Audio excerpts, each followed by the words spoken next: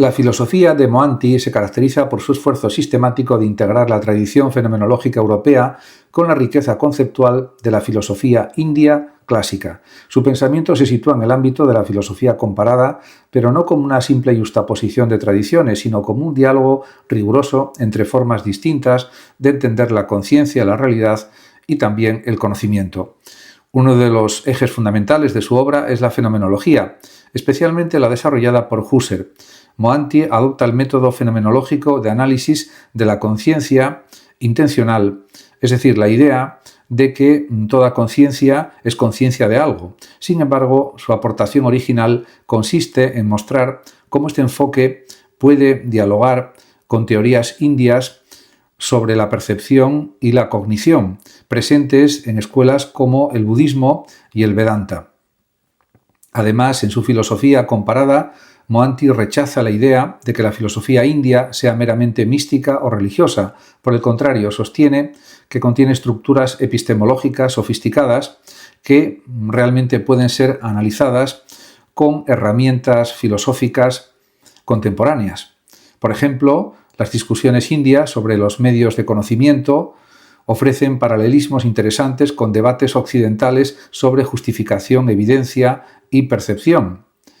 Otro aspecto clave de su pensamiento es la crítica al eurocentrismo filosófico. Mohanty argumenta que la historia de la filosofía no debe limitarse a la tradición europea, sino que debe ampliarse para precisamente incluir sistemas de pensamiento no occidentales como interlocutores plenamente racionales. Esto implica no solo estudiar la filosofía india desde fuera, sino integrarla en el mismo nivel de análisis conceptual que la filosofía occidental. Asimismo, su trabajo destaca también la importancia de la conciencia como punto de encuentro entre tradiciones. Tanto la fenomenología como la filosofía india se interesan por la estructura de la experiencia consciente, aunque lo hagan desde marcos distintos. Mohanty muestra que estas diferencias pueden ser productivas, ya que permiten enriquecer la comprensión de la subjetividad humana. Y esto es algo siempre deseable. En el plano metodológico defiende una filosofía comparada, rigurosa, basada en el análisis conceptual preciso y en la traducción cuidadosa de categorías filosóficas. No se trata de buscar equivalencias simples, sino de comprender cómo distintos sistemas construyen sus propios mundos conceptuales. En conjunto, la filosofía de Mohanty representa un esfuerzo por construir un puente entre la fenomenología occidental y la tradición filosófica india. La filosofía de Matilal, pensador indio, ocupa un lugar central en el intento contemporáneo de reinterpretar la tradición filosófica india mediante herramientas de la lógica analítica actual. Su proyecto intelectual consiste en mostrar que la filosofía india clásica no es meramente religiosa o mística, sino que contiene estructuras argumentativas rigurosas comparables a las de la filosofía occidental. Uno de los aportes fundamentales de Matilal es su trabajo sobre la escuela lógica de la India, especialmente la tradición Nyaya, que desarrolla sofisticados sistemas de inferencia, epistemología y análisis del conocimiento. Frente a la visión colonial o simplificada, que reducía el pensamiento indio a espiritualidad o intuición, Matilal defendió que existía una tradición altamente racional y sistemática. En su enfoque, la filosofía comparada no consiste en traducir conceptos indios a categorías occidentales, sino en establecer un diálogo crítico entre sistemas de pensamiento distintos. Esto implica reconocer que tanto la filosofía analítica como la tradición india pueden enriquecerse mutuamente. Por ejemplo, el análisis lógico del lenguaje en Occidente puede iluminar aspectos de la epistemología india, mientras que las teorías indias de la percepción y la inferencia amplían los límites de la lógica clásica. Matilal también dedicó gran atención al problema del conocimiento y la justificación de las creencias. En su lectura de la tradición india identifica una preocupación constante por la validez de las fuentes de conocimiento y esto lo acerca a debates contemporáneos de epistemología en la filosofía analítica. Otro aspecto importante de su obra es la crítica a las interpretaciones reduccionistas de la filosofía india como simple espiritualidad. Para Matilal, conceptos como la liberación o la percepción no deben entenderse únicamente en términos religiosos, sino también como parte de un sistema racional de análisis del mundo y también de la mente. Su filosofía tiene, además, una dimensión metodológica. Propone que el estudio de la filosofía debe ser intercultural, pero con rigor lógico. Esto implica evitar tanto el relativismo cultural como el eurocentrismo filosófico.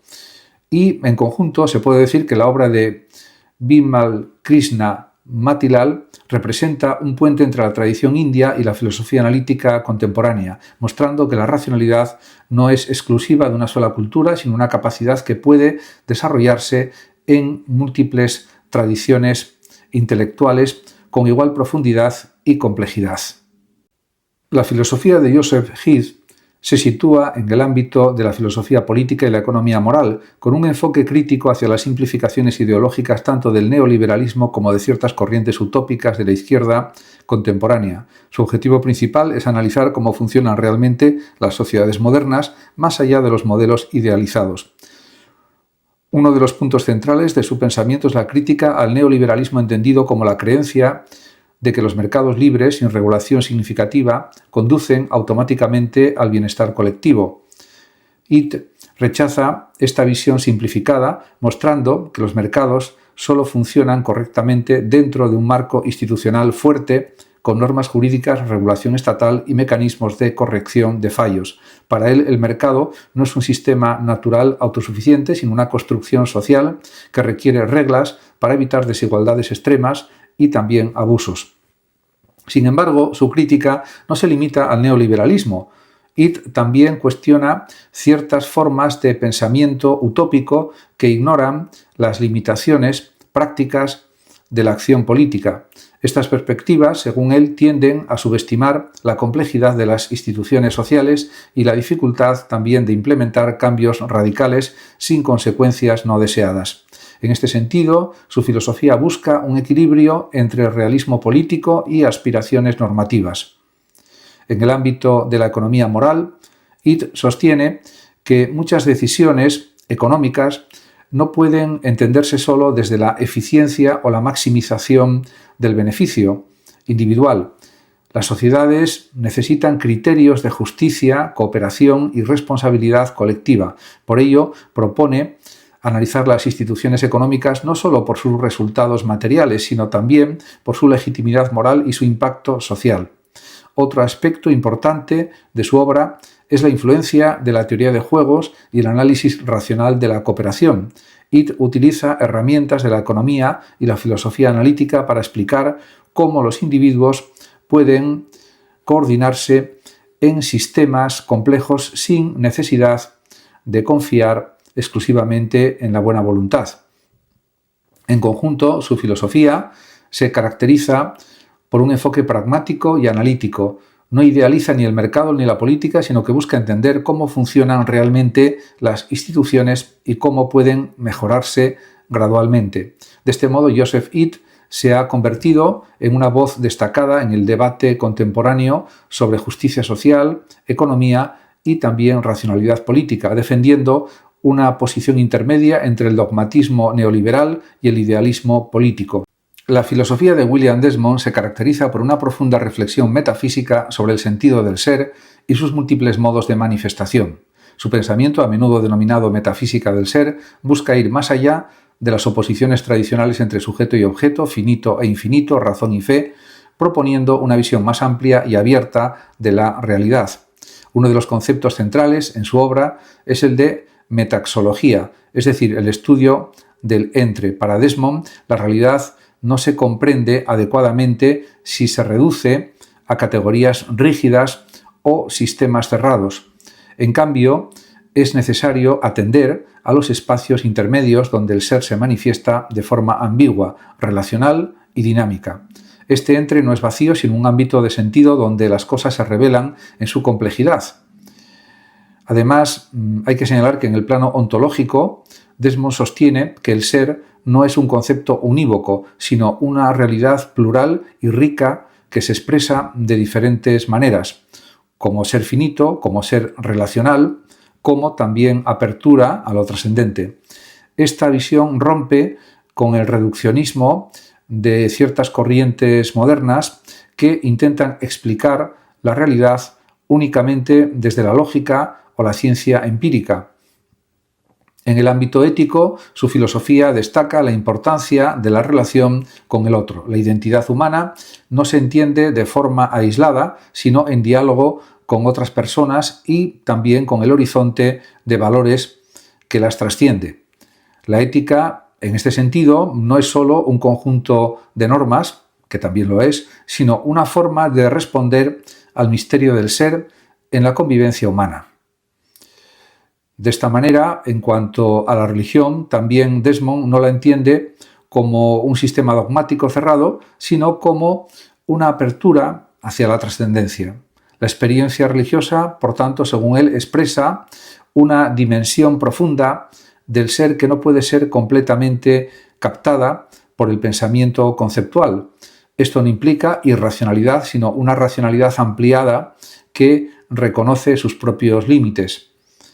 Su filosofía ha tenido gran influencia en la renovación de la metafísica contemporánea, especialmente en el diálogo entre filosofía continental, teología y ética. En conjunto, la obra de William Desmond propone una comprensión del ser como algo excedente, relacional y abierto, en el que lo humano encuentra su lugar en una realidad siempre más profunda de lo que puede conceptualizarse plenamente.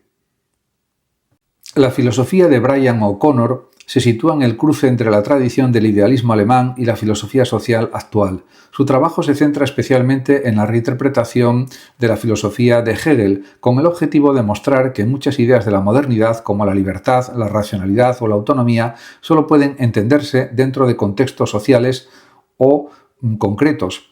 Y además, uno de los puntos centrales de O'Connor, de su filosofía, es la idea de que la libertad no es simplemente la capacidad individual de elegir, como sostiene el liberalismo clásico, sino un proceso que depende de instituciones sociales, prácticas culturales y formas de reconocimiento mutuo. En este sentido, su lectura de Hegel destaca la dimensión social de la razón. Pensamos y actuamos libremente solo dentro de estructuras compartidas que hacen posible esa propia libertad. O'Connor también ha trabajado en la crítica del reduccionismo naturalista, es decir, la idea de que la mente humana puede explicarse completamente mediante la neurociencia o la biología. Frente a ello defiende una visión más rica de la subjetividad, en la que la experiencia humana no se agota en procesos físicos, sino que incluye dimensiones normativas, históricas y también culturales. En sus estudios sobre el idealismo alemán, O'Connor interpreta a Hegel no como un pensador abstracto y cerrado, sino como alguien que ofrece herramientas para comprender las tensiones de la modernidad entre individuo y sociedad, libertad y dependencia, razón y fe, etc. Esta lectura lo acerca a corrientes contemporáneas de filosofía social y política, especialmente aquellas interesadas en la crítica del individualismo extremo. Otro aspecto importante de su obra es la relación entre filosofía y vida cotidiana. O'Connor sostiene que las ideas filosóficas no son simplemente teóricas, sino que influyen en cómo nos entendemos a nosotros mismos como agentes morales y sociales. Por eso, la filosofía debe mantener un vínculo con la experiencia humana real. En conjunto, la filosofía de Brian O'Connor puede entenderse como un intento de actualizar el idealismo hegeliano para el siglo XXI, defendiendo que la libertad humana solo es posible dentro de un tejido social racional y que la filosofía sigue siendo una herramienta esencial para comprender ese entramado.